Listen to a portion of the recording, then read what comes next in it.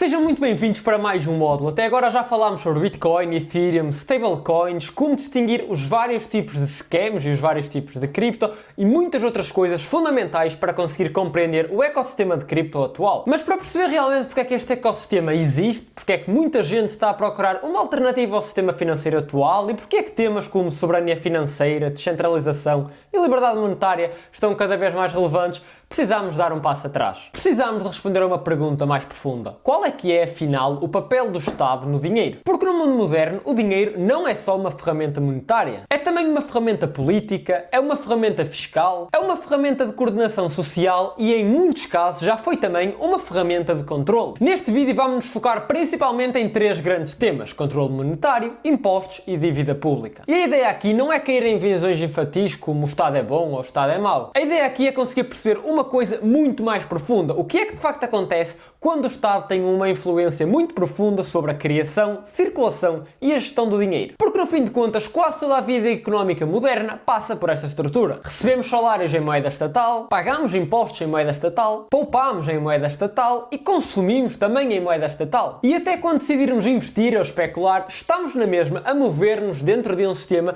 que acaba por ser influenciado por decisões políticas e económicas. Se conseguires perceber bem este vídeo, vais perceber porque é que o dinheiro no mundo moderno não é apenas uma coisa neutra, é sim uma extensão do poder do Estado.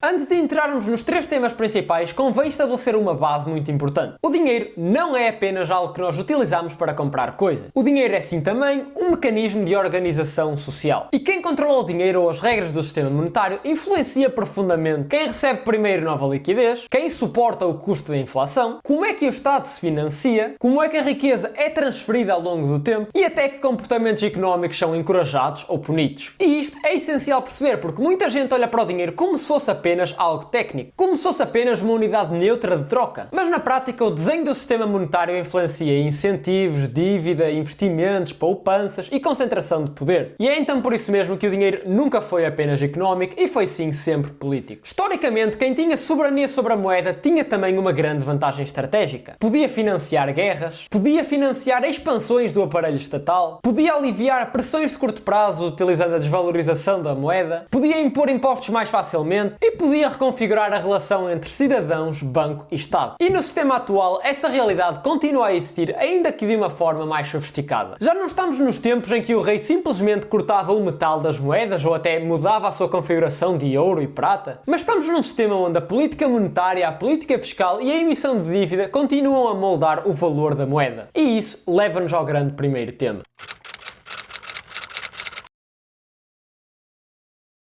Quando falamos em controle monetário, estamos a falar da capacidade de influenciar a oferta de moeda, o custo do crédito, a liquidez do sistema e, indiretamente, o comportamento económico de toda a sociedade. Em teoria, em muitos países, quem executa esta função é o Banco Central. Mas é importante perceber que, mesmo quando o Banco Central tem a independência formal, ele ainda opera num sistema que é claramente político. Ou seja, o Estado não está separado do sistema monetário como se fosse algo externo neutro. O Estado está, sim, profundamente ligado a ele. Porque a moeda oficial é a moeda do sistema. Os impostos são pagos nessa moeda. A dívida pública é emitida nessa moeda. Os salários, pelo menos do setor público, são pagos nessa moeda. Os contratos, os tribunais, a contabilidade e a regulação operam nessa moeda. E isto dá ao Estado uma posição central na ordem monetária. Agora, o que é que significa na prática controlar monetariamente uma economia? Significa poder influenciar coisas como taxas de juros, emissão monetária, condições de crédito, compra de ativos financeiros, expansão ou contração da base monetária e estabilidade do sistema bancário. Quando o Banco Central baixa as taxas de juros, por exemplo, está a tornar um crédito mais barato. E isso pode estimular consumo, investimento e endividamento. Quando sobe as taxas, faz o contrário. Torna o dinheiro mais caro, esfria a economia e tenta controlar pressões inflacionárias. Mas isto é apenas a camada visível, porque há uma outra camada muito mais importante: a criação de dinheiro novo. Num sistema fiat moderno, tal como já vimos, o dinheiro não está rigidamente limitado a algo físico como o ouro. E isto significa que existe então muita mais flexibilidade para aumentar a oferta monetária. E sim, essa flexibilidade pode ser útil em períodos de crise, pode evitar colapsos imediatos, pode dar liquidez ao sistema, pode servir como mecanismo de estabilização, mas também tem um custo. Porque sempre que a oferta de dinheiro aumenta de forma considerável, a pergunta que deves fazer é: quem é que beneficia primeiro? E quem é que vai pagar depois? E isto é central, porque como nós também já vimos, o dinheiro novo não entra na economia de forma igual para todos. Entra sim por certos canais específicos. Normalmente através do sistema financeiro, da dívida, do crédito, dos bancos, do Estado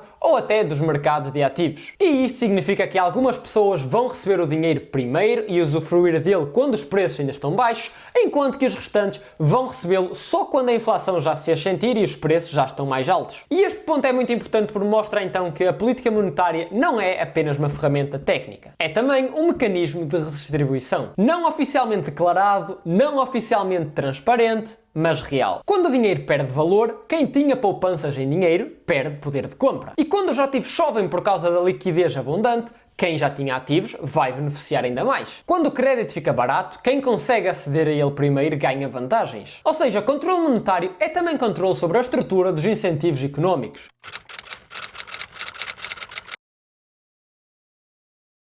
Um dos argumentos mais utilizados a favor de um sistema monetário flexível é o seguinte: uma economia moderna precisa de instrumentos de gestão, precisa de responder a crises, precisa de suavizar recessões, precisa de agir em momentos de pânico. E de facto, esse argumento tem força, porque num sistema completamente rígido a capacidade de resposta imediata pode sim ser menor. E isso pode significar que possa haver mais dor de curto prazo. Pode haver maior dificuldade em estabilizar bancos, mercados e crédito. Mas o problema está no outro lado, porque quando existe poder para intervir, existe também poder para abusar. E mesmo quando não existe abuso intencional, existe muitas vezes o incentivo para utilizar a política monetária para corrigir problemas a curto prazo, que na verdade são problemas muito maiores no longo prazo. E portanto, em vez de tentar corrigir desequilíbrios reais, tenta-se normalmente apenas ganhar tempo. Em vez de aceitar correções, procura-se artificialmente manter as mesmas condições. Em vez de limitar despesa e má alocação de capital, injeta-se liquidez. E isto cria assim um padrão muito perigoso. Porque cada vez mais o sistema passa a depender ainda mais de intervenção. E quanto mais depende dessa intervenção, mais difícil é regressar a uma base sólida sem dor. É por isso que tantas vezes vemos economias altamente endividadas, mercados extremamente dependentes de taxas, estados habituados a financiarem-se a baixo custo e sociedades inteiras a viver num ambiente onde o dinheiro barato destrói completamente os incentivos de longo prazo. E claro, aqui não estamos a dizer que toda a intervenção monetária é errada ou que é má. Estamos sim apenas a dizer algo muito mais importante. Quando um sistema monetário depende de gestão constante, o dinheiro deixa de ser algo sólido, uma base, e passa assim a ser apenas mais um instrumento político. E claro, isso muda completamente a relação das pessoas com poupanças, riscos e planeamento a longo prazo.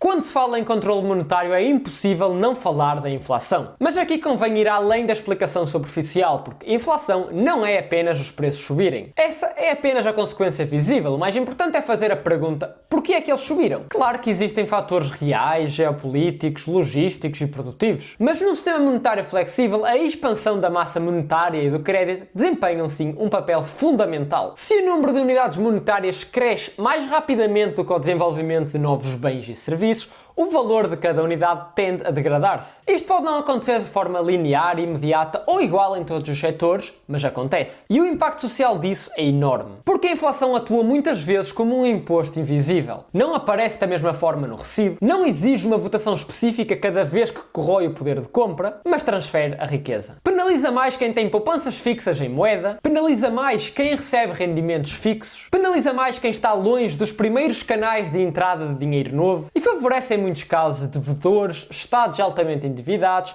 e agentes mais próximos da origem do dinheiro. Por isso, perceber controle monetário é perceber que o valor do dinheiro não é estável ao longo do tempo. Num sistema fiat moderno, o seu valor depende de decisões humanas, incentivos políticos e de gestão institucional. E isso leva-nos diretamente ao segundo grande tema.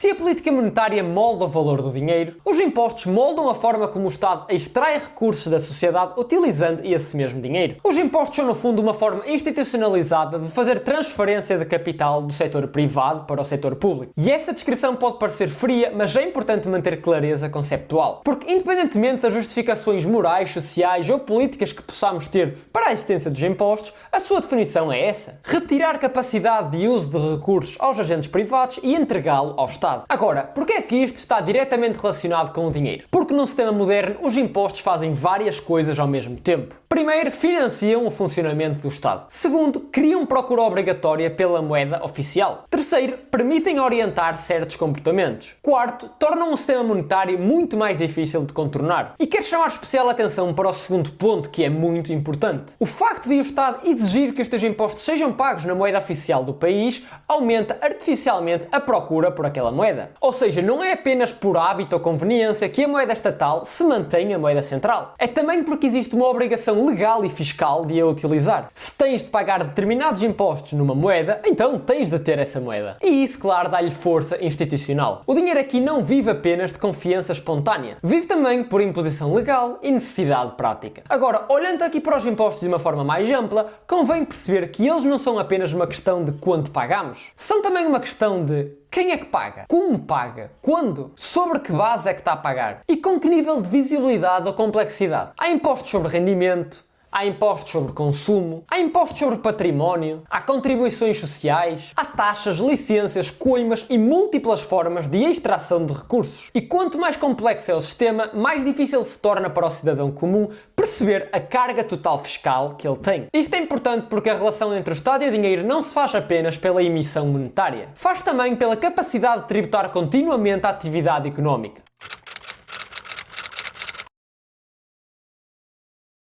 Muitas vezes fala-se de impostos apenas como mecanismos de financiamento, mas eles também funcionam como mecanismos de controle e engenharia comportamental. O Estado pode taxar mais aquilo que quer desincentivar, pode dar benefícios fiscais ao que quer promover, pode premiar certos tipos de consumo, investimento ou atividade empresarial, pode penalizar a informalidade, pode monitorizar a atividade económica, pode obrigar à rastreabilidade de fluxos financeiros. Ou seja, a fiscalidade não é apenas a recolha de receitas, é também a arquitetura de incentivos. Isto não significa que todo o incentivo fiscal seja automaticamente ilegítimo. Significa apenas que precisamos de ver com clareza o objetivo real do sistema. Num mundo onde praticamente toda a atividade económica passa por sistemas bancários, plataformas reguladas, contabilidade formal e identificação fiscal, a capacidade do Estado de observar, taxar e condicionar certas transações é muito elevada. E isso cria assim uma ligação muito profunda entre dinheiro e poder administrativo. Em termos práticos, o que isto significa é que o dinheiro moderno tende cada vez mais a deixar de ser apenas um meio de troca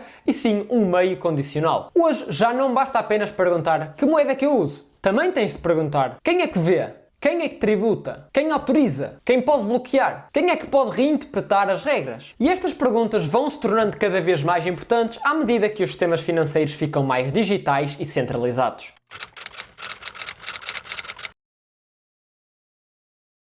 Há outro ponto crucial. Muitas pessoas subestimam o poder do Estado apenas porque olham para uma ou duas linhas visíveis. Por exemplo, podem olhar para o imposto sobre o rendimento e esquecer-se de tudo o resto. Mas na prática, a carga real inclui múltiplas camadas. Impostos diretos, contribuições obrigatórias, impostos sobre o consumo, impostos embutidos em preços, taxas administrativas e custos regulatórios que acabam por ficar refletidos no preço de bens e serviços. Ou seja, a distância entre o valor produzido pelo indivíduo e aquele valor que ele de facto dispõe pode ser muito maior do que a maioria das pessoas pensa. E isto importa porque condiciona tudo: poupança, investimento, empreendedorismo, mobilidade social, formação de capital e independência económica. Quanto maior a extração total, mais difícil é acumular o teu próprio capital. E sem o teu próprio capital, cada vez ficas mais dependente do teu salário, de Estado, de dívida. E isto é uma questão profunda, porque um sistema monetário e fiscal consegue assim, ao longo do tempo, moldar a independência dos seus cidadãos.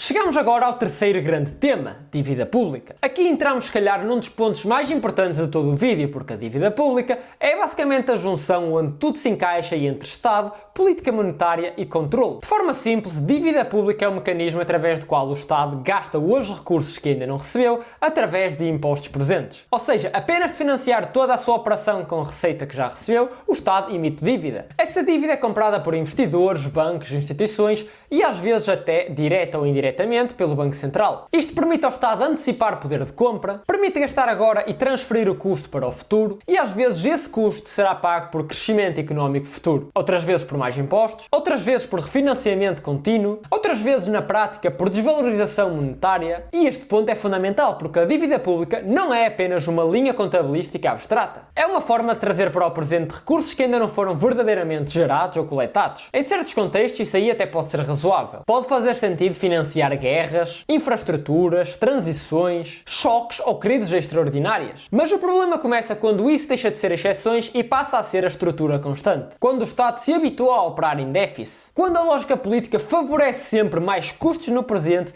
e a empurrar a conta para o futuro. Quando cada ciclo eleitoral cria incentivos para prometer mais e disciplinar menos. E nessa altura a dívida pública deixa de ser algo utilizado excepcionalmente e passa a ser o alicerce do funcionamento do sistema atual. E claro, isso tem consequências muito profundas.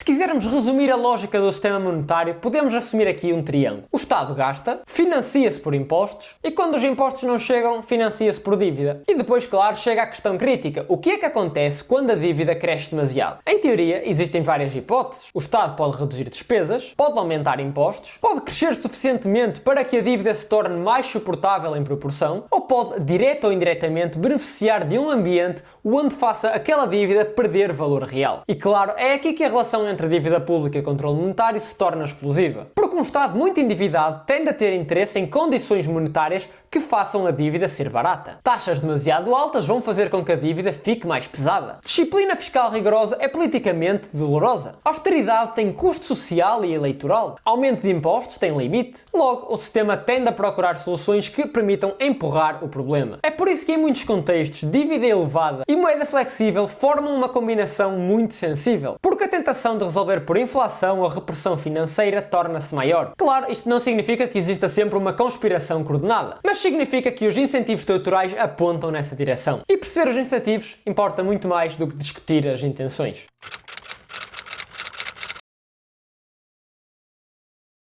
Esta é uma das perguntas mais importantes. Quando o Estado se endivida, quem é que paga a dívida? E a resposta superficial é que o Estado paga. Mas claro, se formos a ver o sentido económico profundo, isso não é verdade. Porque o Estado não é uma empresa produtiva no mercado, não produz riqueza por si mesmo. Ele apenas regula e coordena recursos que vêm da sociedade. Portanto, quando o Estado paga a dívida, de uma forma ou de outra, quem de facto paga é a sociedade. E pode pagar através de impostos futuros, menor poder de compra, cortes de despesa, menor investimento produtivo, um crescimento mais lento ou até uma combinação de vários destes fatores. Também existe uma dimensão intergeracional, porque a dívida pública permite a uma geração obter os benefícios hoje, enquanto que a conta é empurrada para gerações futuras. E claro que isto aqui levanta uma questão moral e política muito importante.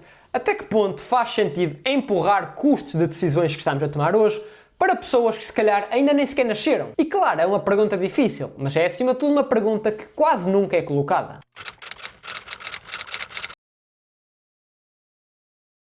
Há outra perspectiva muito importante. A dívida pública permite ao Estado expandir-se para além dos limites impostos hoje. Ou seja, em vez do Estado ter de convencer toda a gente a suportar a carga hoje, pode avançar com todo o processo. E isto reduz a resistência de curto prazo, permite avançar, torna mais fácil crescer, torna mais fácil adiar a dor, mas também torna muito mais fácil criar estruturas que depois são muito difíceis de aguentar no futuro. E isto cria um problema de dependência.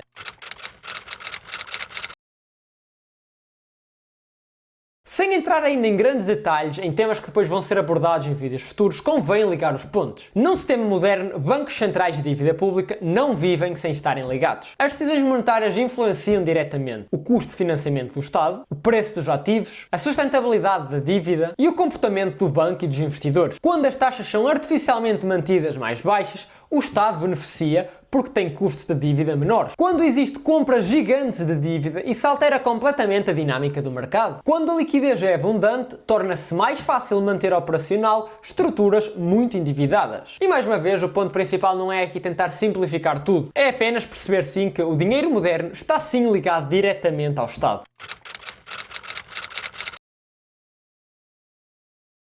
Até agora falámos em termos sistémicos, mas o que é que isso significa de facto para a pessoa comum? Significa várias coisas. Primeiro, significa que guardar valor em moeda não é a melhor decisão. Segundo, significa que a relação entre trabalho, poupança e planeamento do futuro está ligada a muitas coisas que o indivíduo não controla. E terceiro, significa que uma parte muito importante da educação financeira atual não é apenas aprender a investir, é perceber o sistema em que se investe, perceber quem tributa, quem emite, quem se financia, quem define as regras. E sem este mapa mental torna-se muito difícil compreender porque é que então muitas outras alternativas ganharam tanta tração nestes últimos anos.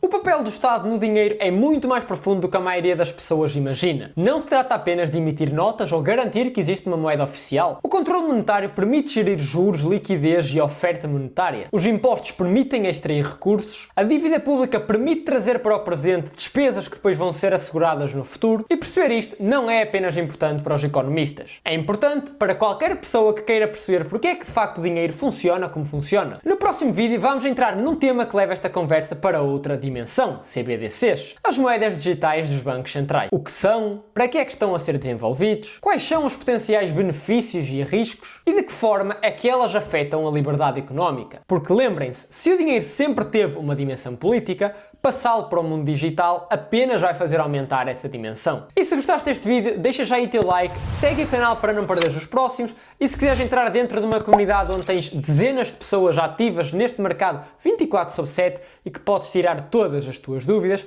tens aí o link no primeiro comentário afixado e na descrição do vídeo.